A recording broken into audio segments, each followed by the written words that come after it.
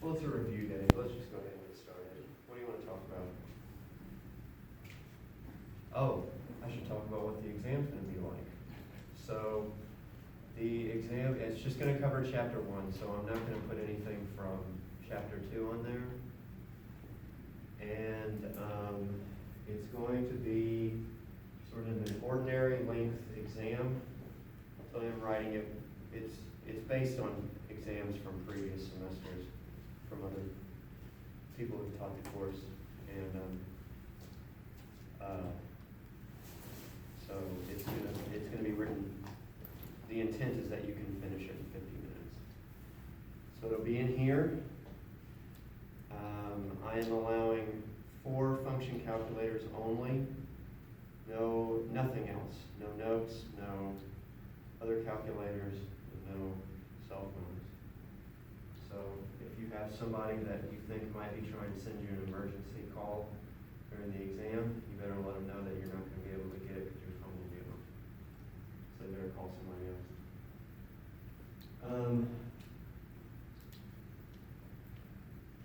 Let's see. I don't think there's going to be any multiple choice. I think it's going to be all sort of nose, please. Thank you. It's all going to be open response, but it's mostly like just room for you to write your computations when you work through like a roll reduction or something like that. I think it's like 10, 15 questions, something like that. Yeah. I haven't finished writing it yet, but it's mostly. Any questions? Yes. I was wondering, can we expect any of the quizzes to be graded before the exam? Because I haven't received any quiz grades from any of those quizzes yet.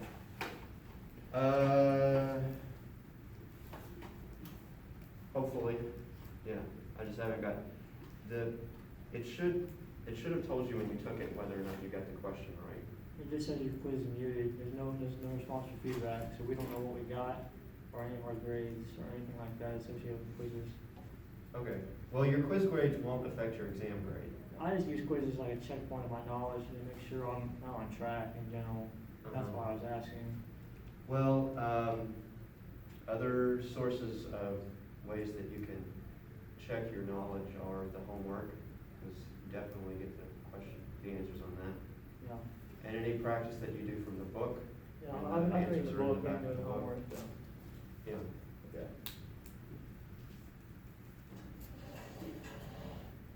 Anything else? You gotta tell me what to review, otherwise I'll just stand here. We got a whole 2-3 weeks of stuff. I guess just 2 because we're not gonna do chapter 2. And I've got my computer logged in over here, so if you want me to go through any of the questions on the quiz, I can do that. Yes? Did you go through question 1 from this most recent quiz last week? Just have to bring it up. Unless someone can tell me what it is.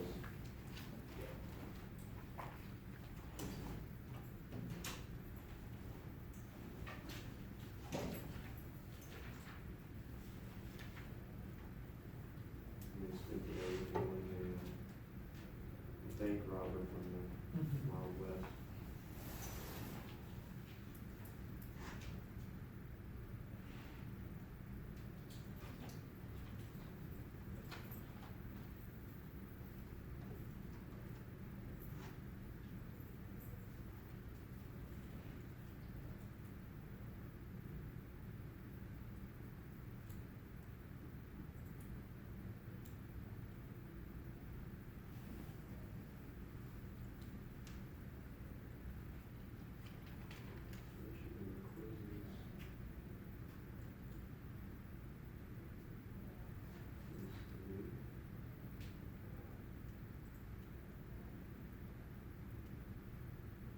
I try to get the quizzes to just be open, to show the the answers if they have been graded, and I couldn't get it to do it.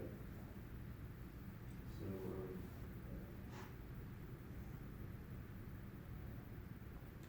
all right, so question number one, we have a transform.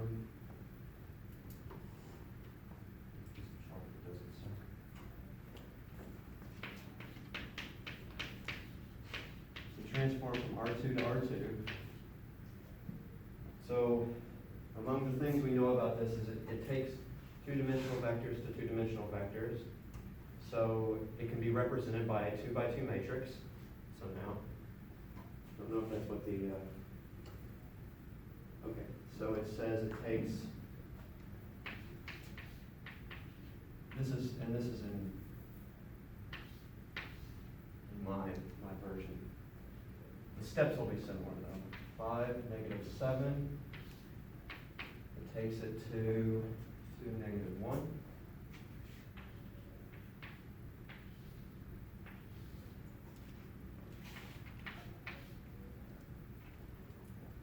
And 9, 11, it takes to 5, 3.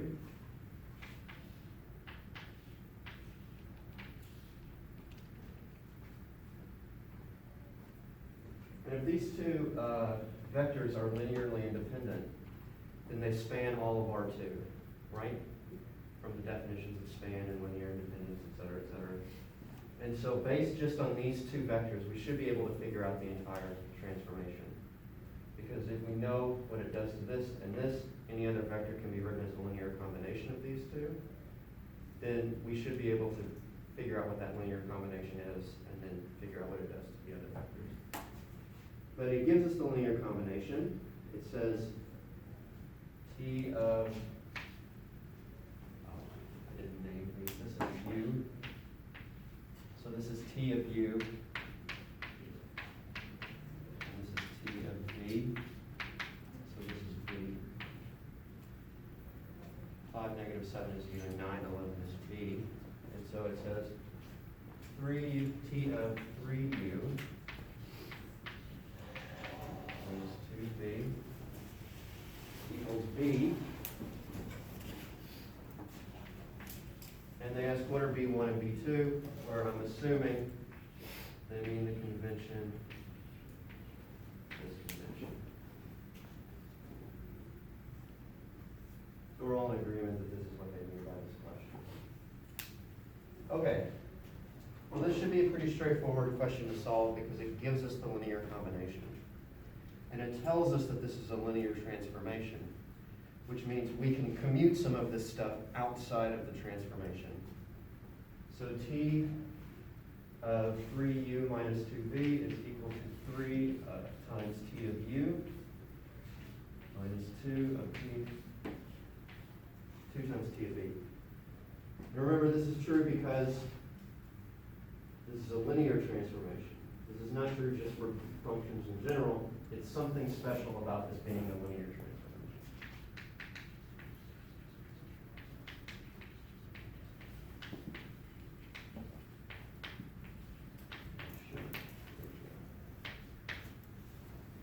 T is the linear transformation. Okay, so now we just plug things in. So 3 times T of U, well, T of U is 2 minus 1. Minus 2 times T of V. T of V is 5, 3. And so our answer will be 3 times this minus, let's do it in 2 steps, minus 2 times this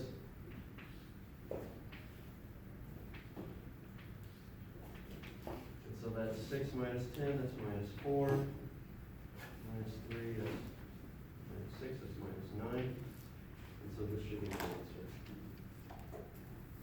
Very many mistakes in arithmetic on that, which I wouldn't do on the exam because I would have my 4-function calculator. Be sure that is 4-function calculator. You know what that means? The cheap ones that you can get at Walmart in the office supplies aisle? Yes. So I was a little confused about four function calculator. My dad and I kind of tried to figure it out. He ordered me on Amazon like an old Casio, and it has stuff like square root.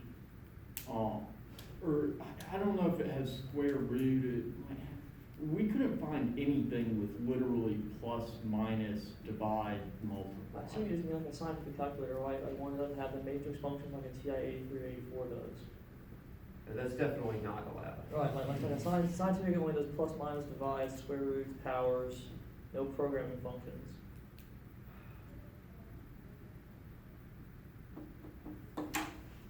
I can show you. I see what you mean. I can show you at the end of class what my dad ordered on Amazon. Oh, okay. If that works. No, I get what you're saying, like, it's very rare if it can only do plus, minus the other two. Yes? If you don't have a calculator, is it still very doable? Yeah, it's totally doable by hand. I mean, I haven't used a calculator for any of the problems that I've tried to work out, so. And you can do partial credit, right? Yeah, as long as, oh, that's a good point. Partial credit is only for the work that you show. If you get to a correct answer at the end, I don't care how you got it. I will not pay attention at all to the work that you put. I will just give you full credit. If you get an incorrect answer, I will try to work through the work that you put, so make sure I can read it, because if I can't read it, I'm just not going to bother. As far as I can get into it, I will say, well, they made it this percentage through the question, they get this percentage of credit, something like that. It's a subjective judgment, but try to be as objective as possible. Is this gonna be like, is there gonna be like a lot of vocab questions in this course, with like 1 to 1 to 1, and like, which is reduced or echelon form, stuff like that? You'll definitely need to know those things in order to understand what the question is asking. But, I mean, these are good questions to have.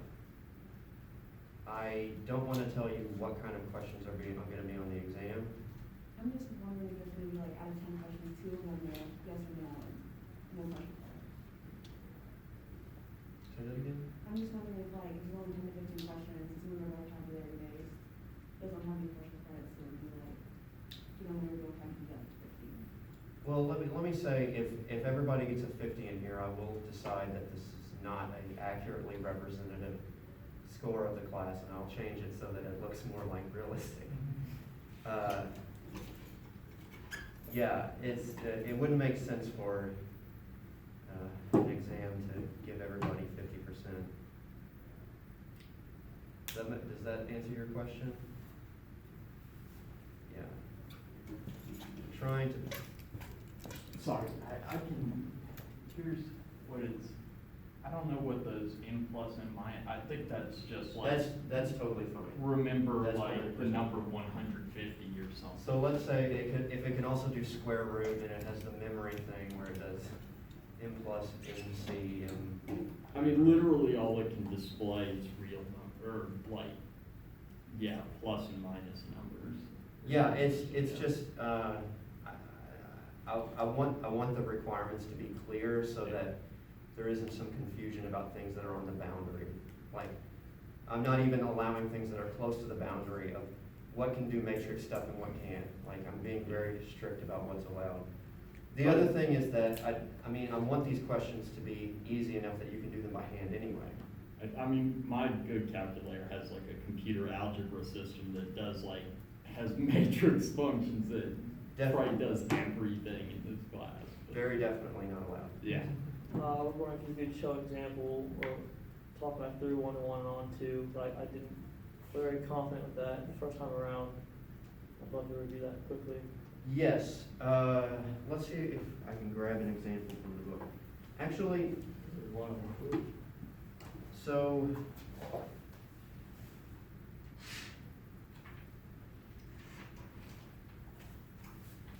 this section, matrix of linear transformation, existence.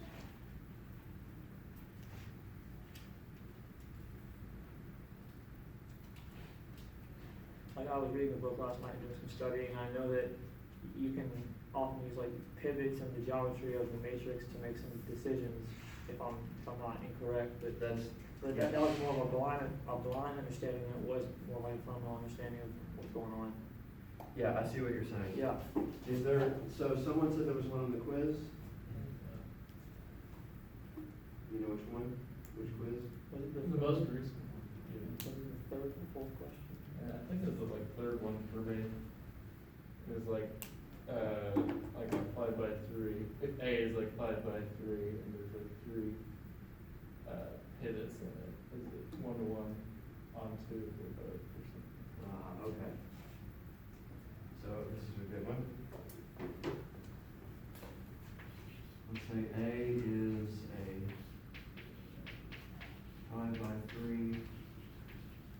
matrix.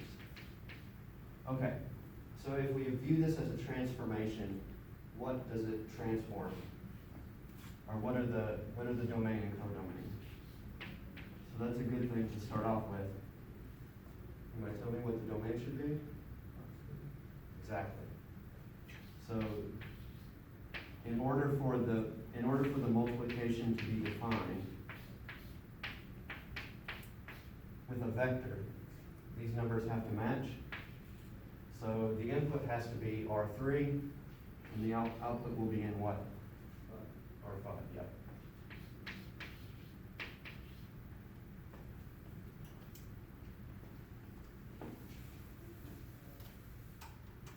So this will be, and this is looking at the geometry of it, and I'll try to explain why that makes sense. So 1, 2, 3, 4, 5, 1, 2, 3, 4, 5. This is what the matrix will look like.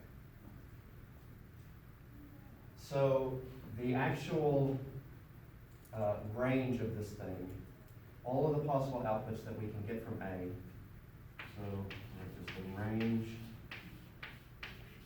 of A. I guess this is not really the right terminology, but let's think of it as a transformation.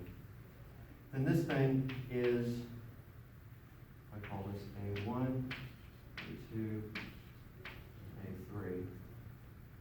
This is the span of A1, A2, A3. Okay.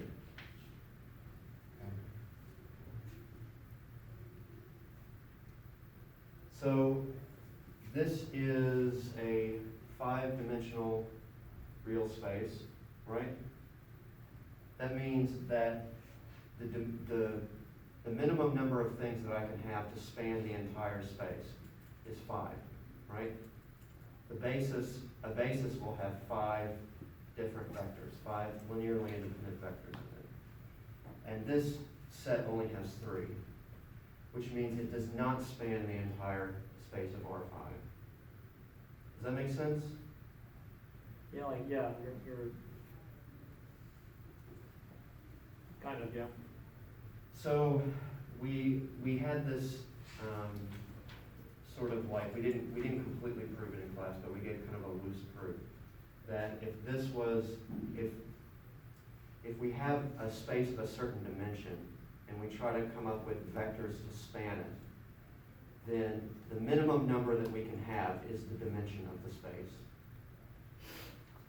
So we have to have at least 5 vectors in order to span this space. That makes sense. So, will this end up being onto? Is that correct? It's not onto. It's not. Yeah, because in order for it to be onto, there has to be something that maps onto everything. So then, in that case, you'd have a pivot in every row, meaning you could find each variable? Well, Or am I getting so lost? okay, that's 2 different questions. The Okay. first one is this onto? And the answer is based on nothing about pivots so far. Yeah. The answer is no. It's not onto because not everything in R5 is in the span of A1, A2, and A3. The only things that we can get out of this are things that are in the span of A1, A2, and A3. Okay. So that's not everything because this is a 5-dimensional space. This right here is at most a 3-dimensional space.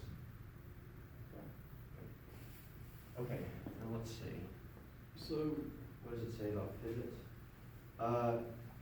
I'm sorry, go ahead. just like that's a linear transformation example, what would you call this? So when I'm looking back in my book, I can relate it better. Because sometimes it's a little confusing, all the different ways they put it in the book, and a lot of stuff can look familiar or the same. We do have a lot of related concepts. Can you hold on to this question until I finish this one? Yeah. Okay. So it says A has 3 pivots. So we don't quite know where they are, but we know there's one in each column. So let's say one here, here, and here. It doesn't say where. Okay. So that means that after we row reduce, we'll have something like this. So 0's here, 0's here. These will be 1's. Right? So that'll be our 3 pivots. And then we can use those 1's to get rid of everything above them.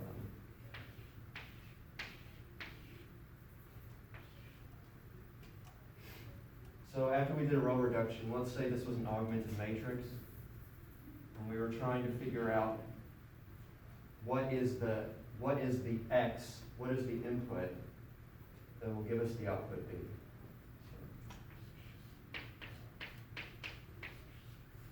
We have 2 questions.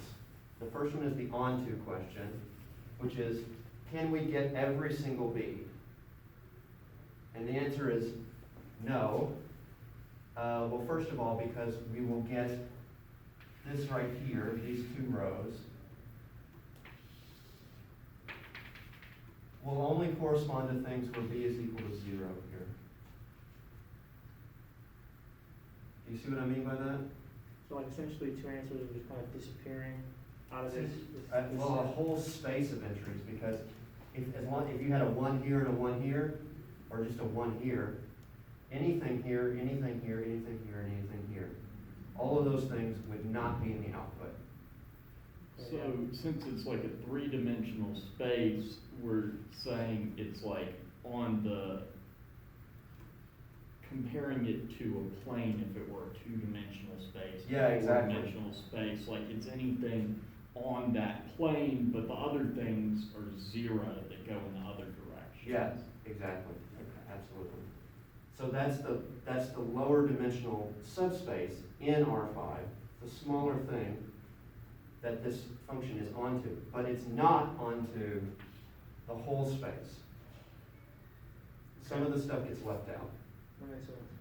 Yeah, just like Connor said in that example, a 3-dimensional space, if we have a plane, all the stuff here above the plane and all the stuff down here below the plane, nothing maps onto that. Yeah. So it's not onto. I'm dying under this thing here. Okay. So that's the onto question, right? Now the one-to-one question, which is it possible to have 2 different x's so that, let's write it like this, ax1 equals ax2, 2 different things. Now, we talked about this, this was not in the, well, did we talk about this in the linear transformation section? Is it possible to get ax1 with equals ax2 with x1 not equal to x2?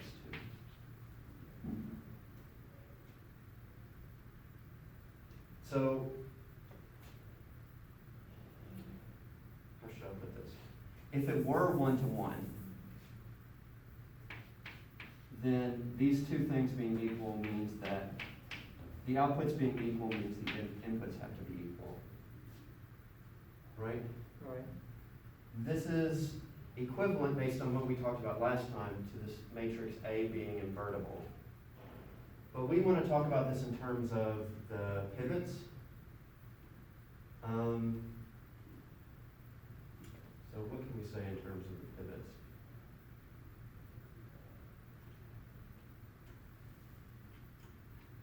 I suppose if we could say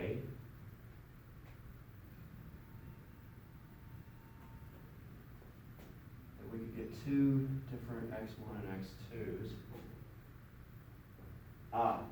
Here's a good way to put it.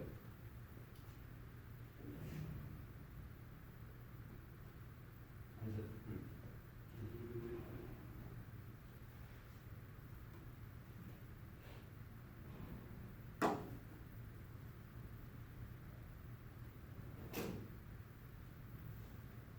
I want to just simply say that these columns are linearly independent. Sorry. That's what I was gonna say, in the textbook it says if they're linearly independent, if they're mostly variables, it's 1-to-1, right? Yes, that is true. I'm trying to do it straight from this definition here. How does the book explain that? Yeah, what's the English for one-to-one? One-to-one means okay, so just like the onto where it maps everything onto something. Right. One-to-one means that it maps one thing to one thing. It never maps two things to the same thing.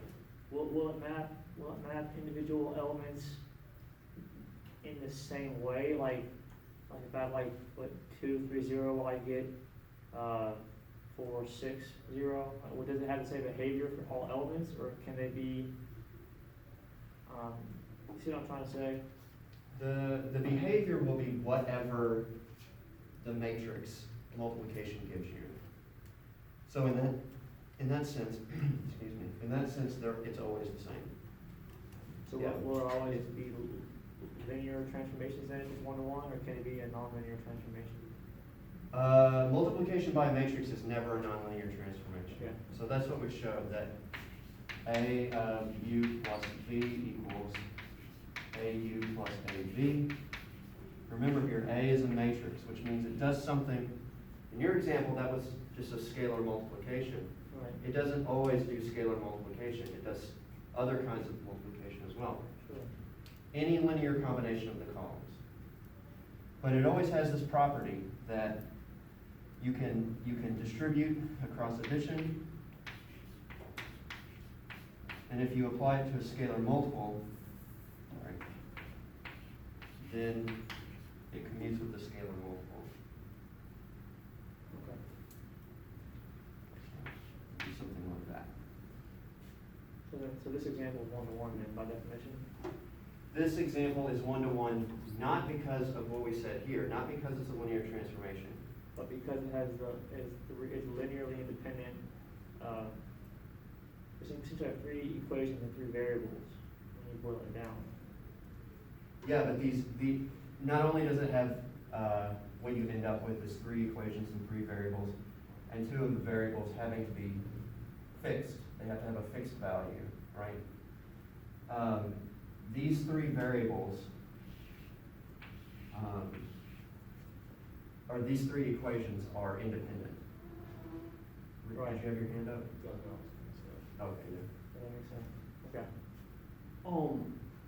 So if I really try and simplify it down conceptually, like saying 1-to-1 would be like f of x equals negative x or something. So or rotate it 90 degrees counterclockwise, then you're never gonna get a simple like line vector that everything's going to only have one thing that it ends up being, versus like if you said absolute value, then 1 and -1 could end up the same.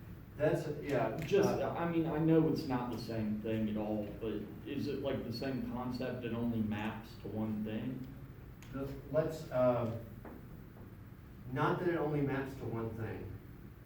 So absolute value is an example in the real numbers. Or no two things could map to the same thing. Yes. That's right. That's the opposite of 1-to-1. Yeah, that it only maps to one thing. Yeah. Like f of x equals. So this is absolute value of -1 equals absolute value of 1. Even though these are 2 different inputs, they get the same output. That means that this is not 1-to-1. Yeah. Yeah, that's an example. Let me give an example of a matrix. So, this is what I was going to say. This, if we look at 2 outputs being the same, that's the same as saying, because of linearity, if a times x1 equals a times x2, then a times x1 minus x2 is equal to 0, right? So I just subtract this over the other side, I get a x1 minus a x2 is equal to 0. And then linearity lets me do this. Right, I can go from this step to this step, which means I can write it like this.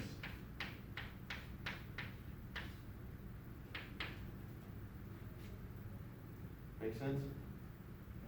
So these are vectors, if it's possible to multiply it by something and get 0 other than 0. That's one way to look at it. So linearity means it's gonna basically follow the rules of algebra? Or at least with plus, minus, and multiplication, division? Certain rules of algebra. Okay. Just the ones that apply to vectors. I think there's something that, like a table of that in the book, isn't Yep. there? Okay. Yeah, it's anything that preserves the structure of the vector space. Okay. So additions lead to the same things, and scalar multiplications lead to the same things.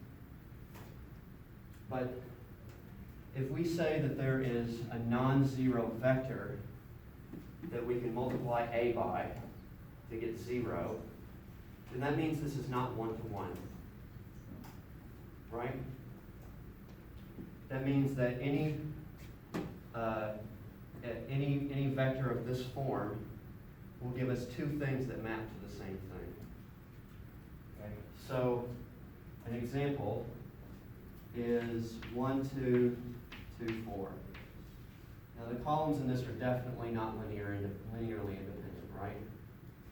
So if I call this A1 and this A2, then A2 minus